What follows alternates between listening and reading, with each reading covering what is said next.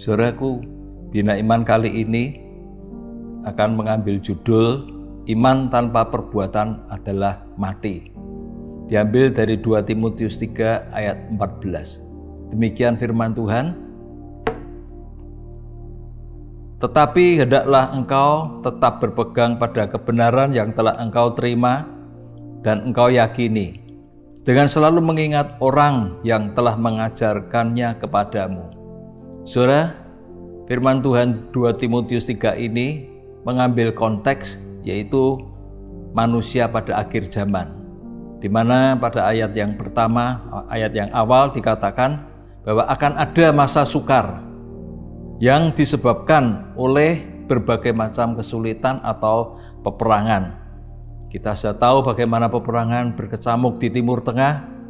Barusan ini ada ketegangan antara Thailand dan Kamboja, dan semuanya ini akan menyebabkan terjadinya suatu perubahan yang besar-besaran pada atau terhadap kondisi manusia, di mana manusia akan mencintai dirinya sendiri, menjadi egois dan menjadi hamba uang, yaitu akar segala kejahatan. Nah, saudara, perpaduan antara egois dan menjadi hamba uang itu akan menciptakan satu makhluk yang kita sebut yaitu monster itu. Egois tidak akan ada belas kasihan atau orang yang tega terhadap penderitaan orang lain, dia tidak akan peduli. Kemudian hamba uang itu akan menciptakan segala macam modus kejahatan. Nah, monster yang demikian, yaitu perpaduan antara egois dan hamba uang, itu akan jahat, keji, kejam, tanpa belas kasihan, dan lebih menuruti hawa nafsu daripada menuruti Tuhan. Tega melihat penderitaan orang lain.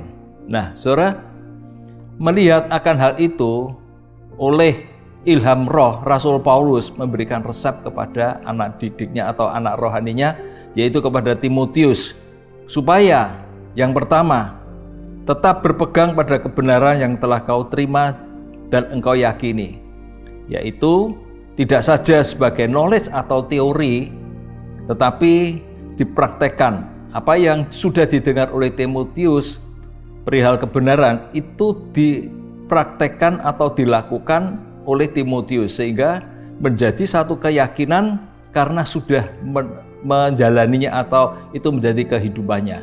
Saudara, kita bisa lihat dalam contoh sehari-hari bahwa orang belajar sepeda, walaupun dia ini sudah bertahun-tahun tidak pernah naik sepeda lagi, tetapi pengetahuan atau praktek itu, ya, itu tidak mudah lenyap, atau dia tetap bisa naik sepeda, ya, walaupun bertahun-tahun dia tidak naik sepeda lagi. Jadi kalau orang sudah melakukan kebenaran, itu tidak akan terlupakan, itu akan diingat terus sepanjang hidupnya. Kemudian contoh lagi yaitu belajar renang. Orang belajar renang tidak akan pakai teori saja, tapi dia akan praktek. Dan sekali dia bisa berenang, seumur hidup dia tidak akan pernah lupa. Dan yang kedua, Rasul Paulus berkata supaya Timotius mengingat atau melihat selalu orang yang telah mengajarkannya.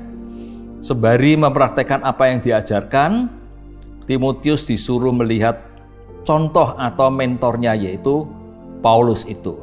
Jadi, saudara, mentor itu penting sekali sebagai referensi hidup. Nah, karena itulah mentor rohani itu sangat krusial sekali bertanggung jawab terhadap darah Kristus.